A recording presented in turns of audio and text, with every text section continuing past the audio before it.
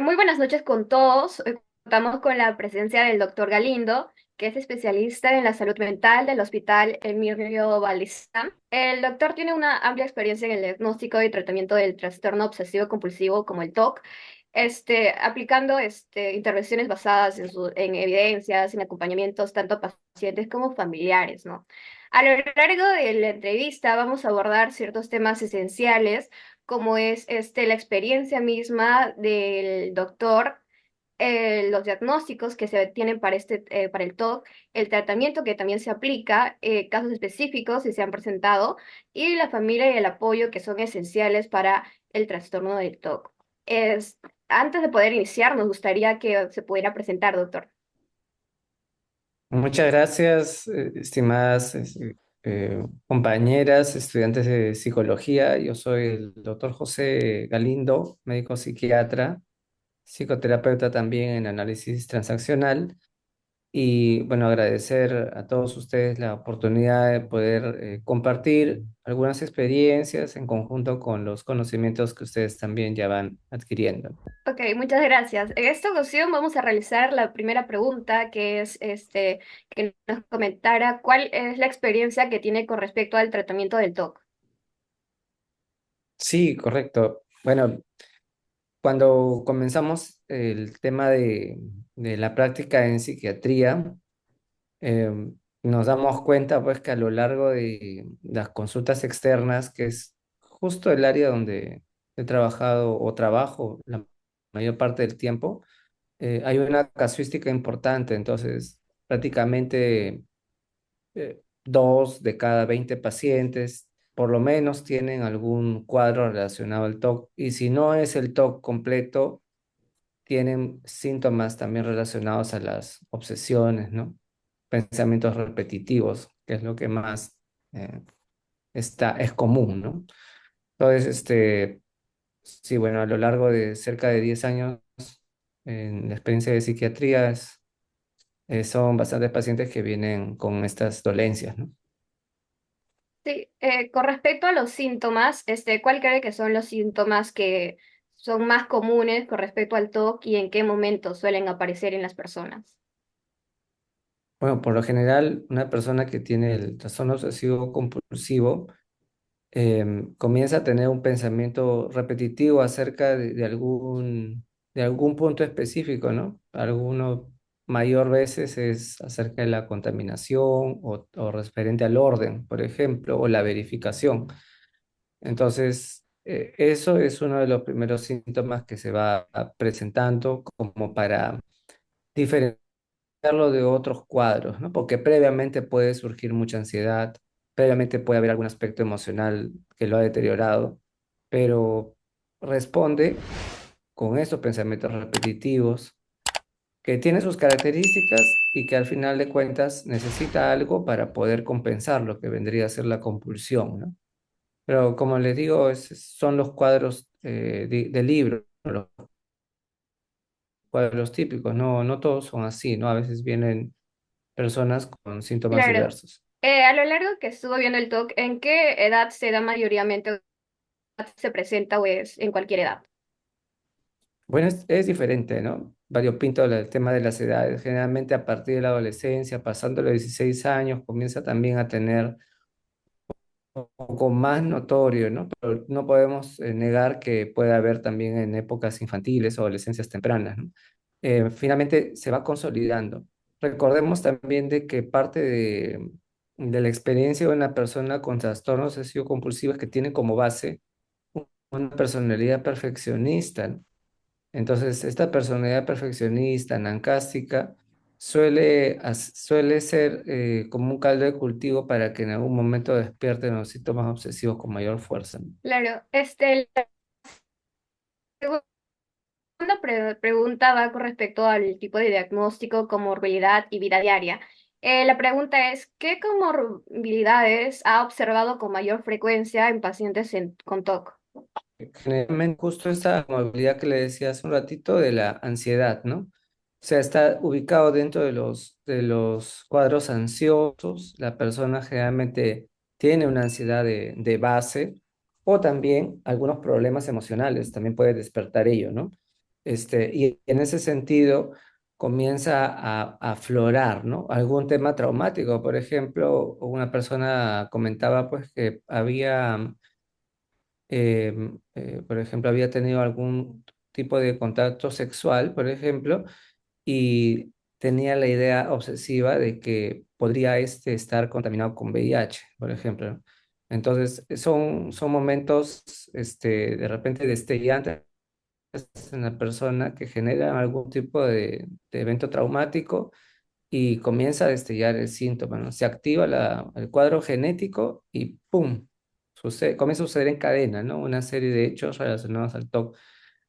Em, y bien, bueno, entonces podemos ver en resumen cuadros ansiosos de base, cuadros depresivos de base, cuadros traumáticos de base que acompañan a una persona con TOC. Ya, en esta ocasión voy a pasar a mi siguiente compañera para que le realice las siguientes preguntas.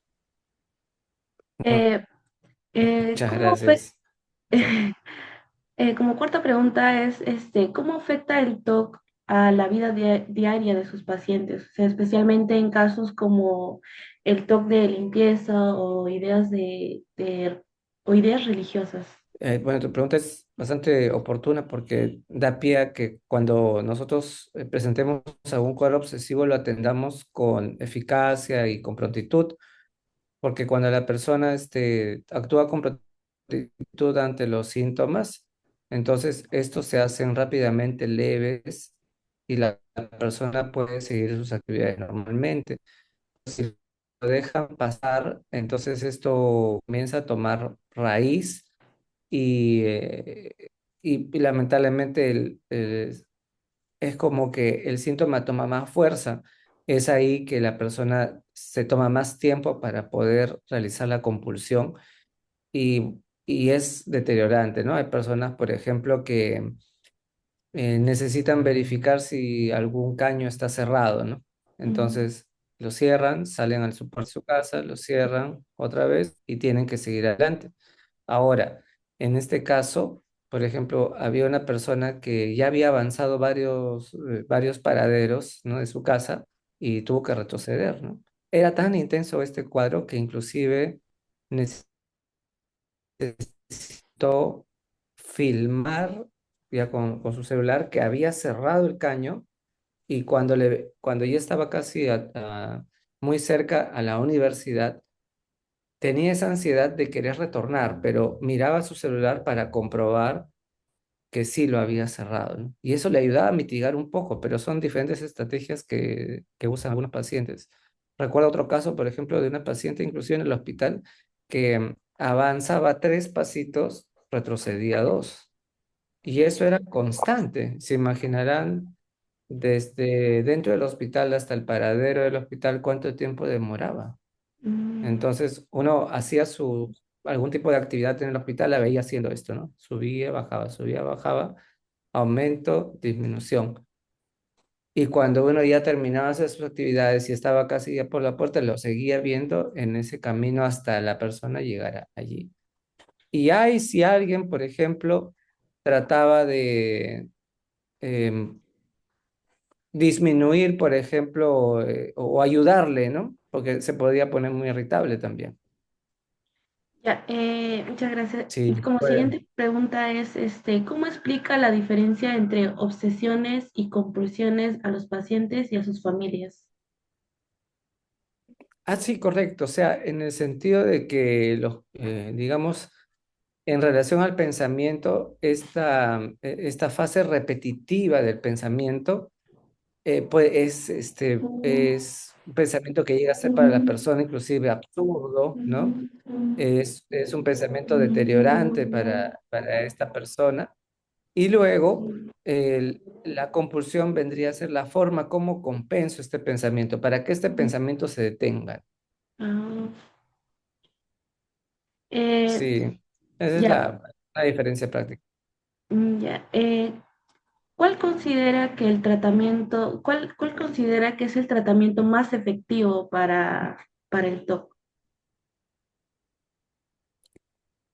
Eh, para mí, el tratamiento más efectivo primero es Desde un principio, creo que para todos, ¿no? Para su rama también, es tener una buena conexión terapéutica, ¿no? En la primera reunión.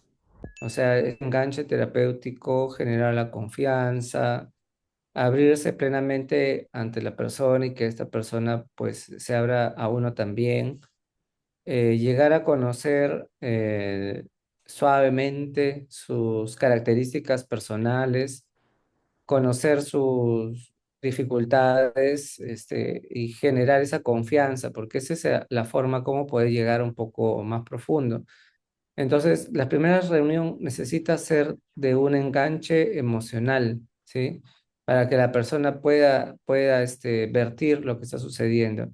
Entonces, allí vamos a poder descubrir cuál es el verdadero sentido de su cuadro obsesivo compulsivo. Como le decía, si de fondo es un cuadro ansioso, un cuadro depresivo, un cuadro traumático, es necesario conocer cómo es, por ejemplo, cómo fueron sus figuras parentales, quién fue la figura dominante o quién fue la figura castrante.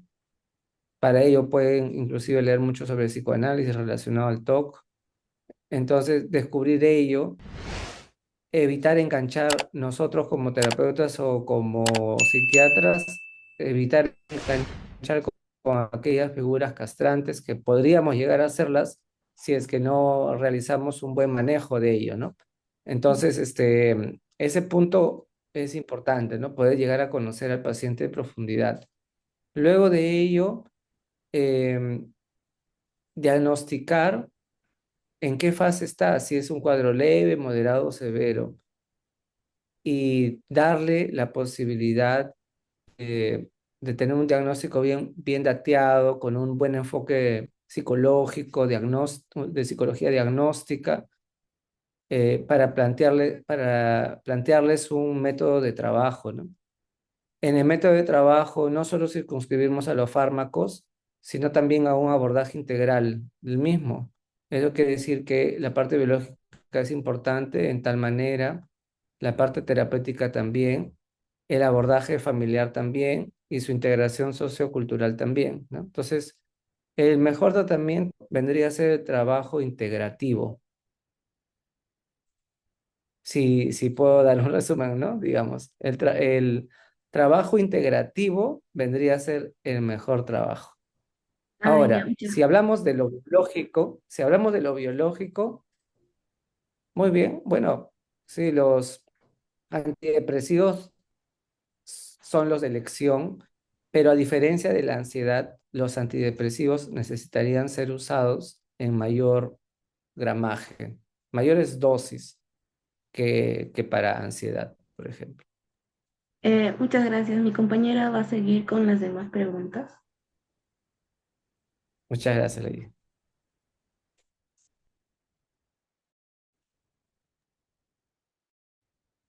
Doctor, teniendo en cuenta de que dentro de los métodos de tratamiento que se puede aplicar a una persona de trastorno obsesivo compulsivo, tenemos lo que es los psicofármacos, el método Medufis, la terapia cognitiva conductual. Usualmente cuando usted quizás ha aplicado, no sé, ha aplicado quizás la terapia cognitiva conductual, ¿cómo la aplica a los pacientes? Ujú. Bueno, mi rama es más análisis transaccional, ¿no?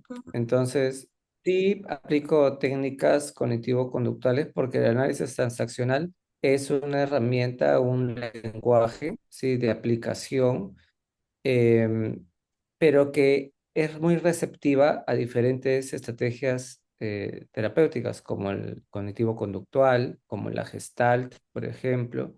Inclusive permite la adherencia de técnicas como el psicoanálisis, a pesar que en su génesis ha estado en oposición al psicoanálisis, pero finalmente se utilizan técnicas como ella, técnicas hipnóticas, etcétera.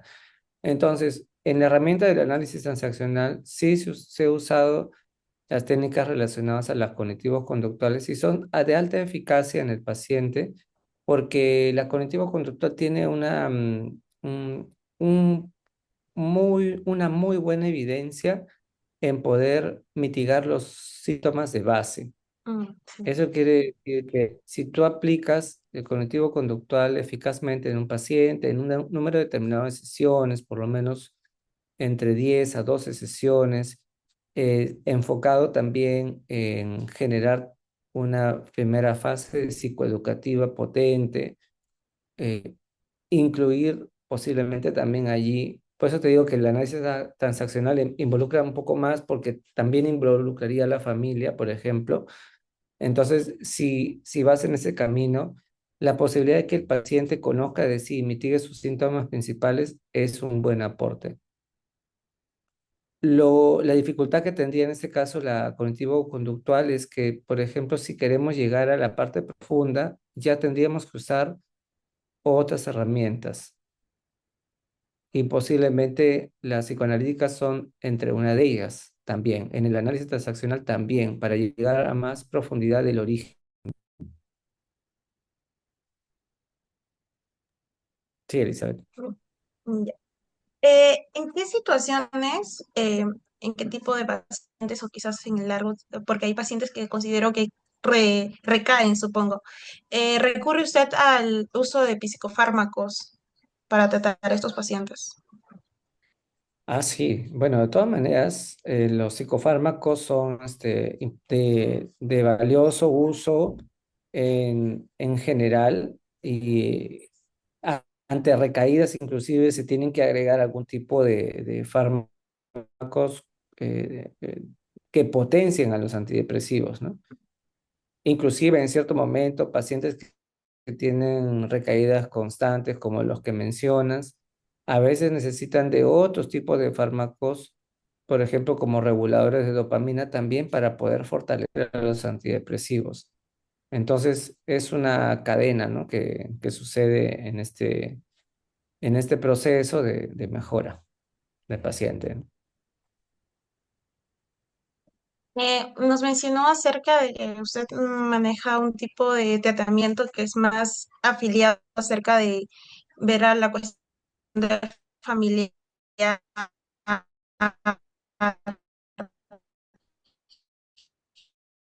y la perspectiva control más como al inicio. Aparte de otras comorbilidades,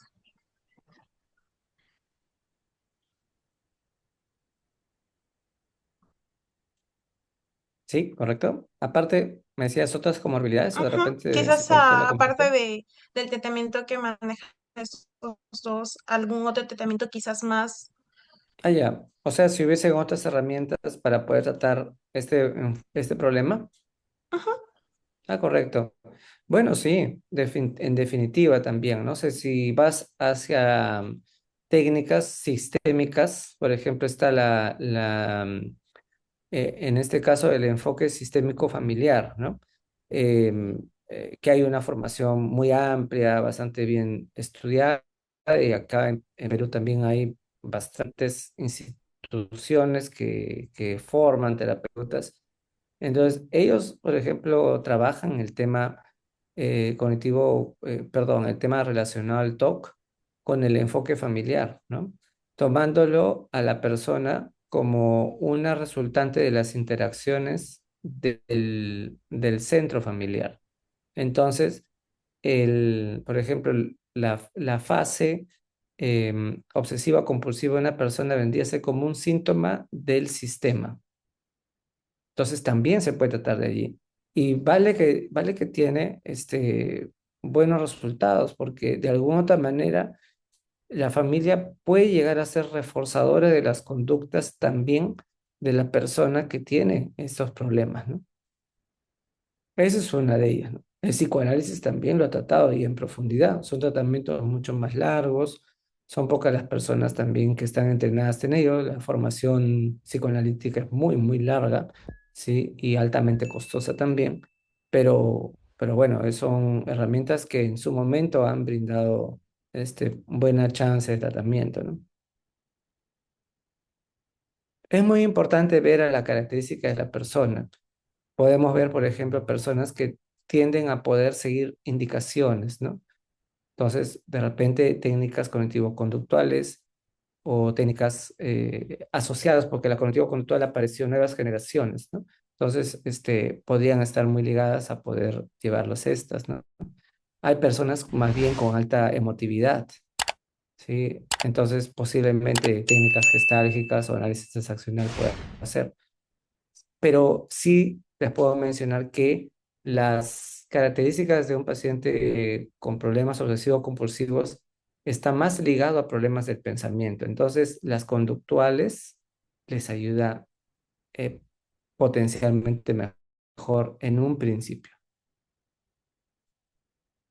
Y muchas veces es lo que quiere el paciente también. O sea, el paciente quiere solucionar o ver.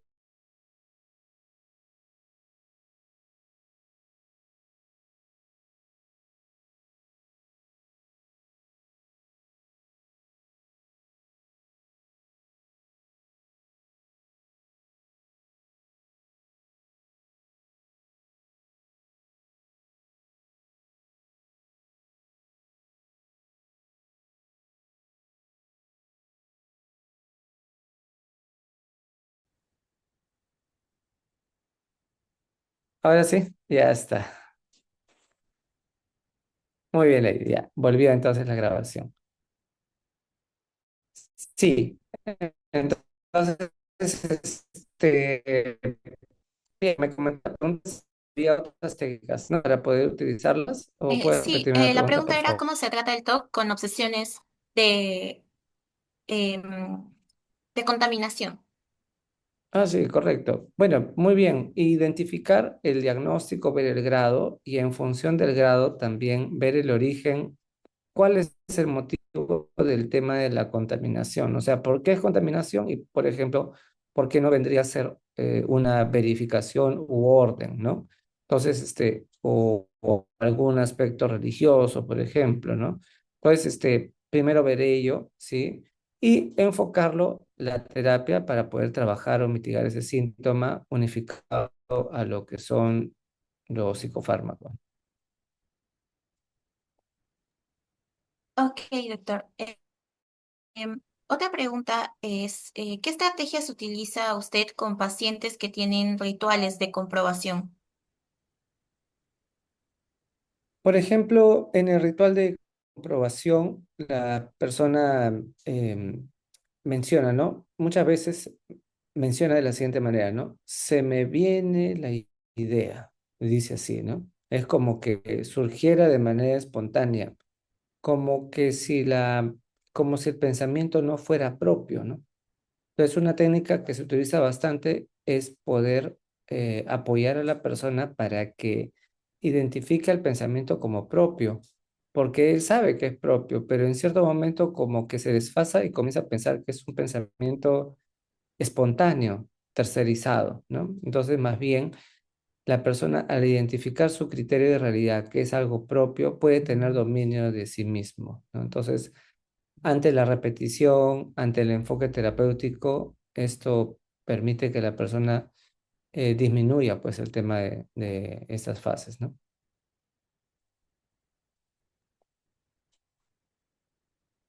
Ok. La siguiente pregunta es, ¿cómo trabaja usted con pacientes que presentan pensamientos intrusivos o también que tengan miedo a perder el control? Sí, en este caso también, bajo ese mismo enfoque, ¿no? Sí, por ejemplo, este pensamiento intrusivo, como te decía en su momento, el paciente llega a decir, se me viene el pensamiento, hasta utiliza esa palabra, ¿no?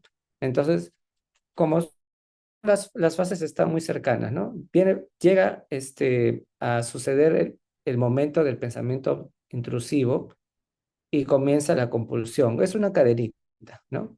Entonces, de la misma manera, el criterio de veracidad, de realidad de lo que está sucediendo, de que este pensamiento es propio, de que en este caso es un deseo profundo de la persona de poder realizarlo así, porque no está psicótico finalmente, ¿no? El paciente sabe bien que este pensamiento no viene de una tercera persona que se le está otorgando a sí mismo. O sea, no piensa que es enajenado esto, sino que sabe que a final de cuentas podría venir de su conciencia. Entonces, es permitir que se dé cuenta de esto, ¿no? Muchas gracias, doctor. Le paso con mi siguiente compañera. Gracias, Michelle. Bien, doctor, nos comentó que también la familia era un factor importante, ¿verdad? Bueno, en este caso, ¿qué papel juega la familia en el tratamiento y recuperación del TOC? Sí, juega un rol bastante importante. El TOC, como te mencionaba, tiene una base de perfeccionismo. En cierta forma, es anancástico sobre cada una de sus acciones, ultra exigente, ¿no? Y cuando revisamos a la familia, generalmente vemos una figura o ambas muy exigentes. Entonces, por ejemplo, nosotros o ustedes podemos estar tratando a un paciente, le damos su, por ejemplo, su medicamento, le damos su terapia, avanzamos todo bonito, sí. Y mientras que el paciente esté entusiasmado, está. Pero una vez que deja, vuelve a su nicho familiar, pero el nicho familiar sigue siendo ultra perfeccionista, ultra crítico, lacerante, hasta inclusive con agresiones verbales, ¿no? Altisonantes. Entonces, bueno, todo el trabajo pues se echa a la borda, ¿no? Entonces, es por eso que es tan importante poder ver en la familia, ¿no? Ahora, si el paciente es menor de edad, bueno, definitivamente necesitamos realizar un medio de contención familiar, ¿sí? Para control, digamos, de, en este caso, que no llegue a haber, pues, esas laceraciones emocionales. Pero si el paciente ya es mayor de edad y tiene un plan de vida en camino, ayudarle o facilitarle este camino de la autonomía también va a ayudar bastante, ¿no? Se asocia mucho también, lamentablemente, en nuestra idiosincrasia, en nuestra cultura, algo que es muy común, que es la dependencia emocional. Entonces, combinemos perfeccionismo más dependencia emocional, o sea, se hace un enganche eterno, Claro. ¿sí? Entonces, por eso es importante trabajarlo, pero como ustedes saben, trabajarlo no desde la perspectiva de lo que queremos como terapeutas o psiquiatras, sino trabajarlos dentro de la voluntad expresa del paciente, facilitándole el camino para que el paciente se pueda permitir dar cuenta qué es lo que realmente quiere, no lo que yo quiero como tu médico, como tu psicólogo, sino lo que tú quieres en función de lo que estamos explorando, ¿no? Claro. Bueno, y a partir de ello, ¿no? ¿Qué recursos o apoyos recomienda para pacientes y familiares en este caso? Bueno, primero, sostener ciertas reuniones familiares que pueden ser como intervenciones terapéuticas, no necesariamente terapia. Eh, y finalmente, si es que en aquellas intervenciones familiares la persona quiere o la familia quiere realizar terapia familiar en buena hora, ¿no? Sería un apoyo importante, ¿no? Claro. Bueno, durante sus experiencias, ¿no? En el aspecto de los avances para los pacientes, ¿no? ¿Cuáles son los avances más recientes y los principales desafíos en el tratamiento de TOC en la actualidad?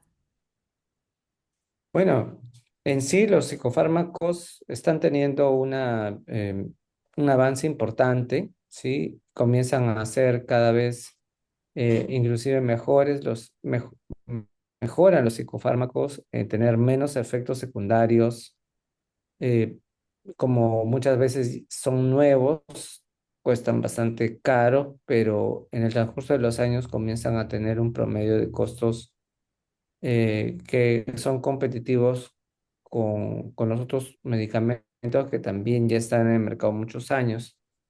Ello, ¿no? Ello es importante, ¿no? Y hay que ver eso. También las técnicas terapéuticas comienzan a tener mucho mayor exploración también. Y esto permite, ¿no? Verlo de una forma holística el tratamiento, no solo enfocándonos en una herramienta. A veces es necesario poder encontrar diferentes herramientas o profesionales expertos en cada una de ellas como para poder abordar también al paciente.